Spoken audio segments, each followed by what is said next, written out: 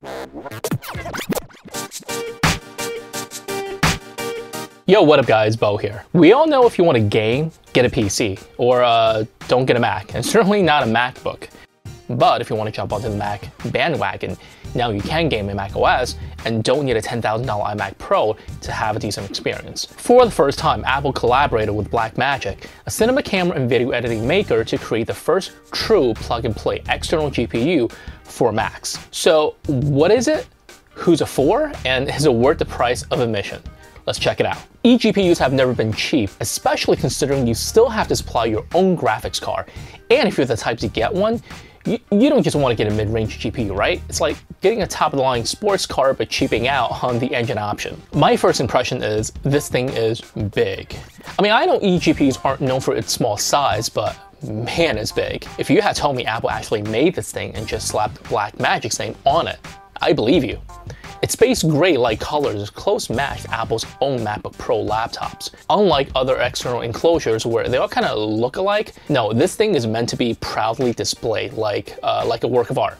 Especially considering how short the included Thunderbolt 3 cable is, you have no choice but to put it right next to your Mac. Although you can opt to buy a longer cable. The 8-sided enclosure is made from a single piece of aluminum. There is a single giant fan, probably 150 millimeters, and it is dead quiet.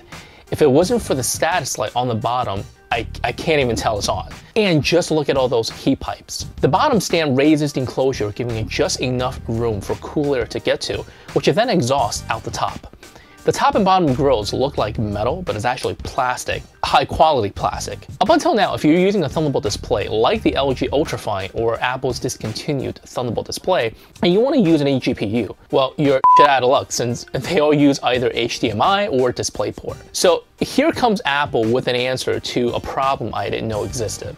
The Blackmagic eGPU is the only one right now that supports Thunderbolt-enabled displays. So if you're rocking a Thunderbolt display and are in dire need of an eGPU, this puppy is the only game in town. Around the back, you have two Thunderbolt 3 ports, which you can use to daisy-chain other Thunderbolt devices, 4 USB 3.1 Gen 1 and HDMI 2.0. I know what you're thinking. No, can it charge my power-hungry 15-inch MacBook Pro? The answer is yes. It can deliver 85 watts of power, just like the LG Ultrafine. Inside is where the magic happens. No, it's not rocking AMD Vega 64, but a mid-range Radeon Pro 580 with 8 gigs of GDDR5 memory.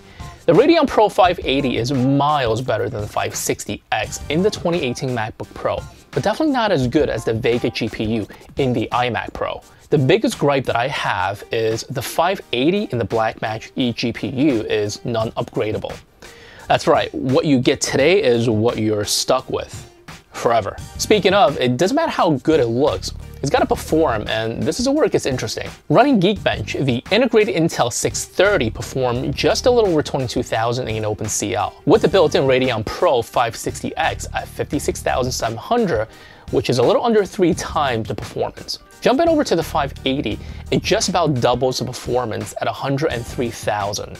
Running the same benchmark in metal, we see that it performs about 68% better than OpenCL. I've already seen a few videos on the Blackmagic eGPU over the last few days, and it seems the biggest complaint, especially from content creators, is that Final Cut Pro 10 doesn't take full advantage of eGPU, at least not out of the box, especially during export, which is where I spent a decent amount of time waiting. Great news is that there is a very simple workaround.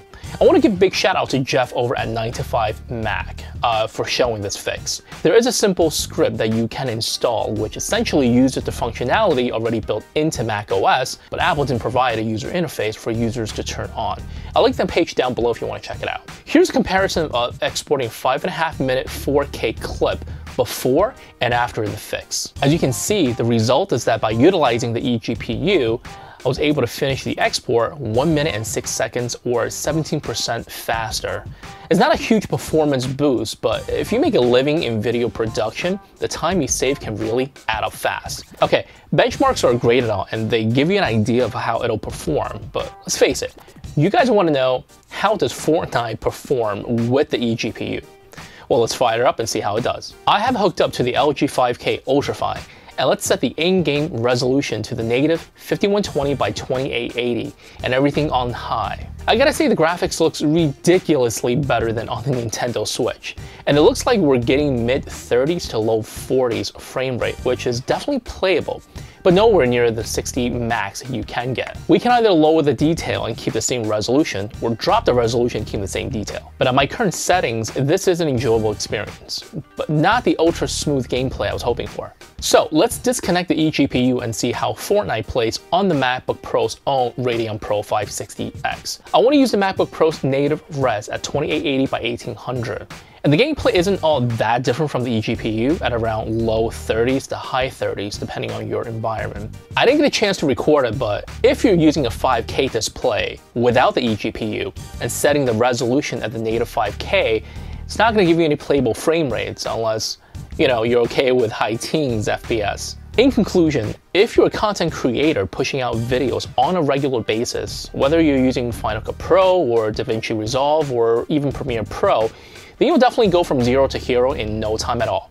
And if you're using Final Cut Pro, don't forget to use the eGPU fix in order to force it to use the eGPU, whether it's applying layers, special effects, or exporting. I can't comment on Premiere Pro since I'm strictly Final Cut Pro, but if you have used it with the Blackmagic eGPU, drop a comment down below and let me know if it helps in your video editing workflow. If you use a Thunderbolt display like the LG Ultrafine or Apple's Thunderbolt display, there currently are no other options on the market.